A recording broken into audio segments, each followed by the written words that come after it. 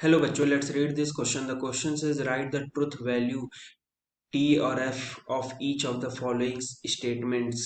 First, any two similar figures are congruent. Second, any two congruent figures are similar. Third, two polygons are similar if their corresponding sides are proportional. Fourth, two polygons are similar if their corresponding angles are proportional. Fifth, two triangles are similar if their corresponding sides are proportional. Sixth, two triangles are similar if their corresponding angles are equal. तो हम देख लेते हैं की concept तो की concept में देखेंगे कि सिमिलर होने की क्राइटेरिया क्या है, बेसिक क्राइटेरिया देखेंगे। ठीक है, तो सिमिलर होने की जो बेसिक क्राइटेरिया है कि जो एंगल्स जो हैं वो इक्वल होने चाहिए। ठीक है, अब एक सिमिलर फॉर ट्रायंगल बता रहा हूँ या स्क्वायर बता रहा हूँ या क्या बता रहा हूँ, तो ये सिमिलरिटी क्राइटेरिया एंगल इक्वल होने की ये हर पॉलीगन के लिए है। आप वो पॉलीगन ट्रायंगल हो सकता है, स्क्वायर हो सकता है, पेंटागन हो सकता है, हेक्सागन हो सकता है, कुछ भी हो सकता है। अगर हम एंगल की बात करेंगे तो वो इक्वल होगा तो हम बोलेंगे सिमिलर है। अगर हम साइड्स की बात करेंगे तो साइड्स के लिए क्राइटेरिया है प्रोपोर्शनैलिटी का, यानी प्रोपोर्शनल होनी चाहिए। अगर प्रोपोर्शनल है तो हम बोलेंगे कि सिमिलर होंगे। अब कॉन्ग्रुएंट का देख लेते हैं। कॉन्ग्रुएंट, तो कॉन्ग्रुएंट में इस क्वेश्चन के हिसाब से अगर हम देखें तो साइड्स की अगर सिर्फ बात करें तो साइड्स जो है वो इक्वल आने चाहिए यहाँ पर, इक्वल। ठीक है, अगर आप साइड्स इक्वल कर दोगे तो वहां से एंगल्स भी इक्वल हो जाएंगे। ठीक है, तो साइड्स भी इक्वल होने चाहिए and angle angle is equals to, मतलब एंगल जो है करस्पॉन्डिंग इक्वल होना चाहिए। ठीक है, अब यहाँ पर जैसे कि एंगल इक्वल हो गया तो क्या हम कॉन्ग्रुएंट बोल सकते हैं? नहीं, साइड कंपलसरी है, एंगल सेकेंडरी चीज है कॉन्ग्रुएंट होने के लिए। साइड कंपलसरी इक्वल होना चाहिए।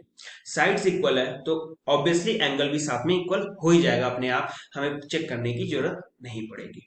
तो इन कॉन्सेप्ट का यूज करके हम क्वेश्चन को सॉल्व करेंगे।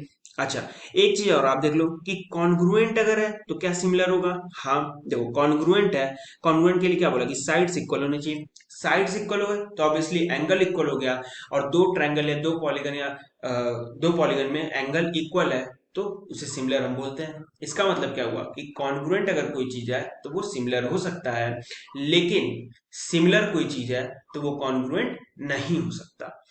अब यहां से हम देखते हैं, तो बोला है कि any two similar figures are congruent. क्या बोला है कि सिमिलर फिगर क्या कॉन्ग्रुएंट हो सकते हैं? तो फर्स्ट में हो जाएगा फॉल्स, नहीं हो सकते, एफ यानी false. Any two congruent figures are similar, हाँ ट्रू होगा, तो ये हमने बताया ही है कि अगर कॉन्ग्रुएंट है तो सिमिलर हो सकता है। थर्ड है कि two polygons are similar if their corresponding sides are proportional. क्या बोला कि अगर सिमिलर है, कब सिमिलर होगा? जब साइड्स प्रोपोर्शनल हो। मैंने यहाँ बोला है कि साइड प्रोपोर्शनल होता है तो हम सिमिलर बोल सकते हैं। तो यहां से हम लिख सकते हैं थर्ड के लिए इट इज ट्रू, क्योंकि साइड प्रोपोर्शनल है तो वो सिमिलर हो जाएगा। फोर्थ है कि two polygons are similar. Similar है, कंडीशन क्या होनी चाहिए? या तो एंगल इक्वल होना चाहिए या तो साइड प्रोपोर्शनल होना चाहिए। यहाँ बोला if their corresponding angles are proportional. यहाँ प्रोपोर्शनल की अगर इक्वल लिखा होता तो हम इसको ट्रू बोलते, बट यहाँ पर प्रोपोर्शनल लिखा है इसलिए हम इसे बोलेंगे false.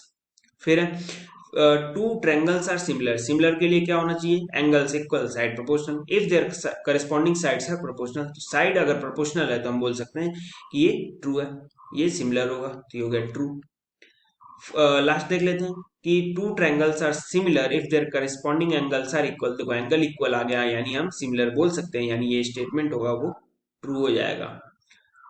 So the final answer is for first statement is false, second statement is true, third statement is true, fourth statement is false, fifth statement is true, sixth statement is true. Hope you understood it well. Best of luck. Thank you.